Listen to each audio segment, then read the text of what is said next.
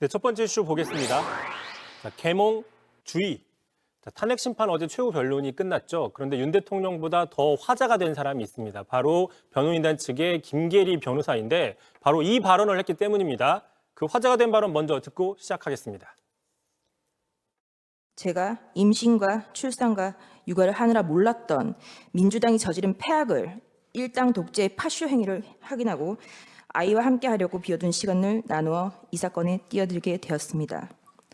저는 계몽되었습니다. 네, 대통령의 변호인단 측 이미 지난달 4차 변론 당시에 계엄령이 아니라 계몽령이다라고 처음 주장을 했었죠. 네. 극우 유튜버들의 주장을 헌재 탄핵 심판에 그대로 인용해서 황당하다는 반응들이 있었는데 마지막 날인 어제까지도 마치 신앙 고백하듯이 나는 계몽됐다라고 진지하게 이야기를 한 겁니다.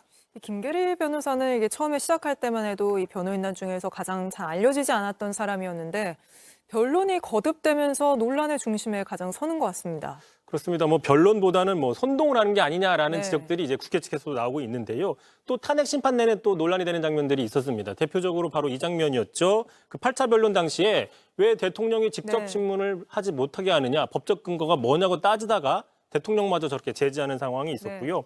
또 어제도 좀 황당한 주장을 했습니다. 그러자 이재명 대표가 오늘 또 바로 반박을 했는데 그 장면도 한번 보고 가겠습니다. 길에 계엄과 관련된 어떠한 인원도 없고 아무도 없는데 혼자 스스로 월담을 하는 장면입니다. 왜 사람 없는 데서 넘느냐, 아무도 안 말리는데 넘었지 않냐, 이런 해괴한 소리를 했던데 사람이 있으면 못 넘으니까 사람 없는데 피해서 넘었지요. 어제 저는 계몽됐습니다. 이 발언이 화제가 되면서 여러 패러디가 또 나왔다면서요. 그렇습니다. 그래서 몇 가지 좀 가져와 봤는데요. 첫 번째, 자, 판사, 검사, 변호사 그리고 계몽사가 탄생했다. 네. 출판사 이름이 아니고요. 계몽사다. 또 한 역사 유튜브에서는 이런 반응도 있었습니다.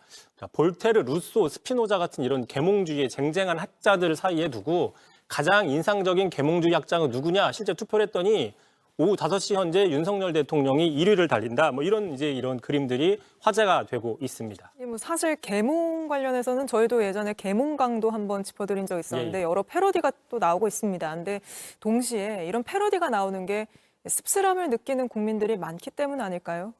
그렇습니다. 참고로 불법계엄 12.3 내란 사태가 민주주의의 파괴가 아니라 국민들을 깨우친 계몽주의의 탄생이라는 이 진지하게 주장하는 이 모습은 이성적이지도 않고 합리주의에도 어긋난다라는 지적들도 분명히 있고요. 당장 김계리 변호사의 주장대로면 가장 최근 여론조사를 보면 계엄에 반대하고 탄핵에 찬성하는 저 여론이 60%인데 그럼 60%가 되는 국민들이 다 계몽을 해야 되는 무지몽매한 사람들이냐라는 반론에 직면하게 되는 것이고요. 100번 양보해서 국민을 계몽하려고 했다고 하면 대통령이 돼서 계엄령을 할 게 아니라 교수나 학자가 된다거나 또는 출판사를 차리면 되는 게 아니냐 이런 지적들도 나오고 있습니다. 그러니까 한마디로 총든 군인까지 들이대지 않으면 깨우칠 수 없는 우매한 국민들이다. 이런 주장을 하는 것 같아서 듣기 불편하다는 국민들이 많습니다.